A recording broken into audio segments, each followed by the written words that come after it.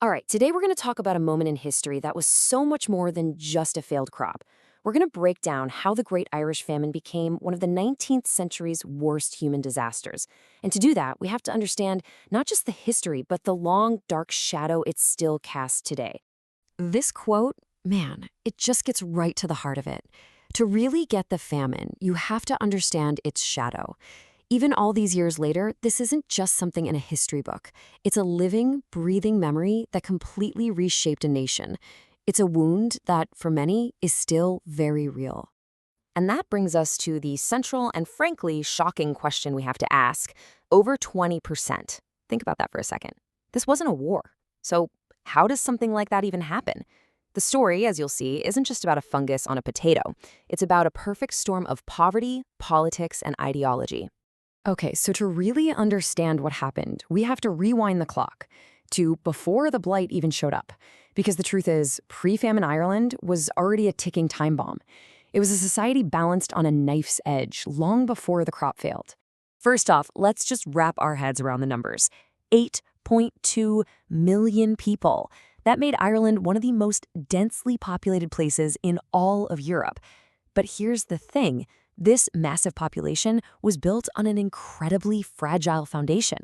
So let's break down just how fragile that foundation was. You've got this huge population explosion, and because of that, farmland just gets divided again and again, smaller and smaller, until you have families trying to survive on just 1 or 2 acres. This created just desperate poverty. We're talking 40% of all homes being one-room mud cabins.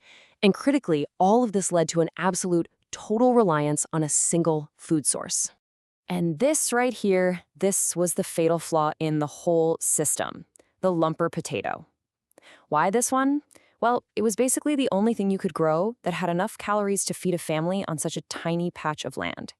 For nearly 3 million people, this wasn't just part of their diet, it was their diet.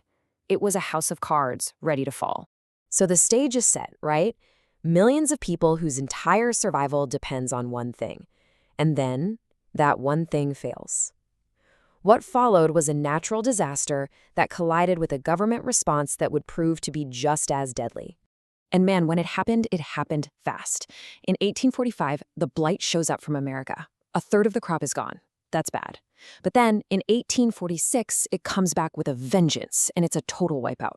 By 1847, a year that would forever be known as Black 47, the whole country is just plunged into this nightmare.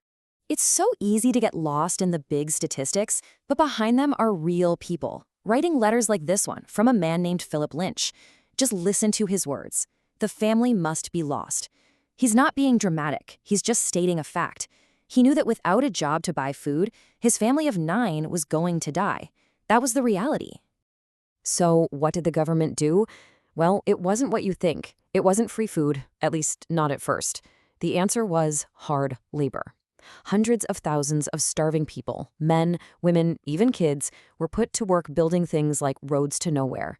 People were literally collapsing and dying from hunger while working on these projects.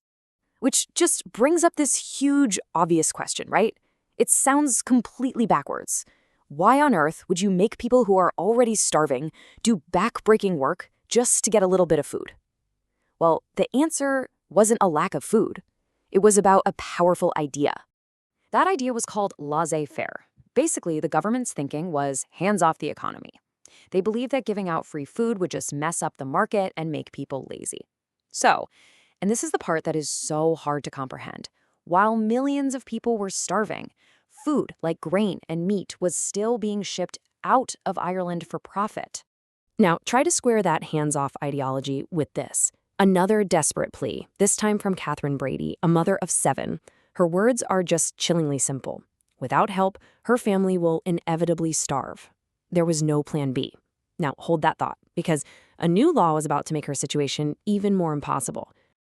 It was called the Gregory Clause, and it was brutal. The rule was, if your family held on to more than a tiny quarter-acre of land, you were not allowed to get any help. The choice was just unimaginable. Give up your land, your home, your only shot at a future, all for a bowl of soup? Or stay and starve?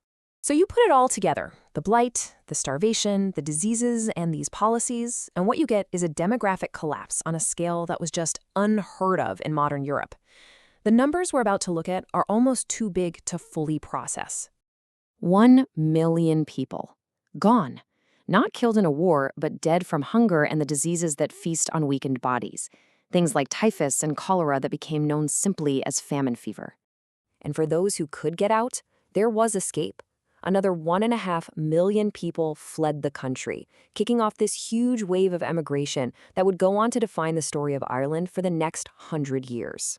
So you add the dead and those who fled all together, and Ireland lost a fifth of its entire population, 20% in just 1 decade.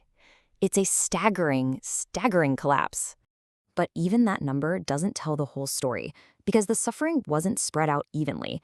The poorer, more rural areas in the west, like the province of Connacht, got absolutely hammered, losing almost 30% of their people.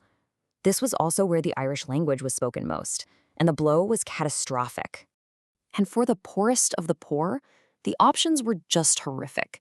You could go to the workhouse, where you'd be separated from your family and disease was everywhere. Or you could take your chances on a coffin ship, these horribly overcrowded, unsanitary boats, where on some voyages almost 1 out of every 3 people died. 2 terrible, desperate choices. And here's the thing. The famine didn't just end. Its consequences, its echoes, they would go on for generations, completely reshaping the country in ways that you can still see and feel today. You can really think of it as this massive break in Irish history. The Irish language, which was spoken in the areas that got hit the hardest, almost died out. The actual landscape changed, with all those tiny plots becoming bigger cattle farms. It created this huge global Irish community that later helped fund the fight for independence. And politically, it fueled this deep resentment against British rule that changed everything. And this might be the most profound legacy of all. Just let this sink in. Ireland's population today is still lower than it was back in the 1840s. What other country can you say that about? It's a demographic scar that has never fully healed. So we end up right back where we started with a question. The potato blight, that was a natural disaster. Nobody argues that. But the famine itself? Was it the inevitable result of that blight? Or was it the result of a system of poverty and a political ideology that turned a crisis into an unimaginable catastrophe? That is the question at the very heart of that open wound.